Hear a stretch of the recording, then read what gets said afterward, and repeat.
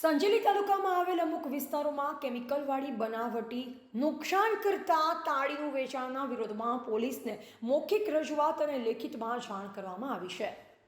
સંજેલી તાલુકામાં આવેલ આજુબાજુના ગ્રામ્ય વિસ્તારોમાં તેમજ અમુક વિસ્તારોમાં સ્થાનિક માણસોના સહસહકારથી સંજેલી તાલુકામાં બીજા રાજ્યના બનાવટી તાળીના વેચાણ માટે લોકો આવે છે અને તેમને સાથ સહકાર સ્થાનિક લોકો આપે છે અને સ્થાનિક લોકો પણ બીજા લોકોના સાથ સહકારથી બનાવટી તાળીનું વેચાણ હાલમાં પણ ચાલુ છે। સંજેલી તાલુકામાં સભ્યે મીડિયા સમક્ષ જણાવ્યું કે બીજા રાજ્યના લોકો તેમજ સ્થાનિક લોકો કેમિકલ ફોનાઇલથી નુકસાન કરતા વગર સિઝનમાં તાળી બનાવી વેચાણ કર્યા છે।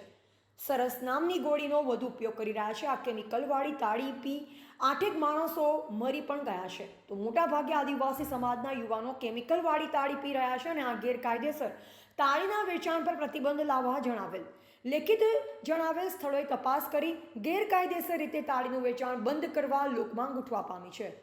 ઠેર જગ્યાએ તાળીનું વેચાણ થઈ રહ્યું છે, જેથી કરી નાના પરિવારના નાના બાળકો, ગરીબ માણસો છેલ્લા 2 વર્ષથી 8 જણના મૃત્યુ પામેલ છે। તેને સંબોધીને આજ રોજ પોલીસ સ્ટેશને સંજેલી પીએસઆઈને અમે મૌખિક જાણ અને રજૂઆત કરેલ છે।